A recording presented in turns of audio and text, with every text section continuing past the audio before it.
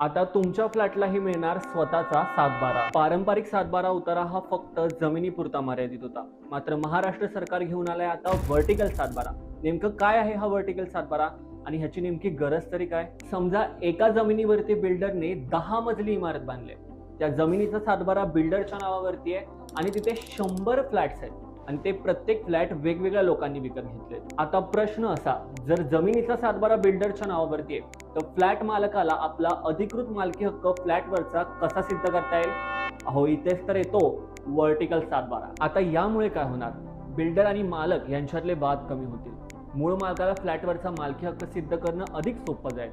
खरेदी विक्रीचा व्यवहार तसेच बँकेचे व्यवहार अधिक पारदर्शक होतील. याबाबतची अधिक माहिती तुम्हाला महाभूमी पोर्टलवर म्हणजेच महाभूमी.गव्हर्नमेंट.इन या अधिकृत वेबसाईटवर पाहायला मिळेल. तसेच तुमच्या जवळच्या लँड रेकॉर्ड ऑफिसमध्ये जाऊन देखील तुम्ही याबाबत माहिती मिळवू शकता. रिअल एस्टेट क्षेत्राशी संबंधित व्हिडिओसाठी आजच टाउन अँड ट्रेल्सला फॉलो करा.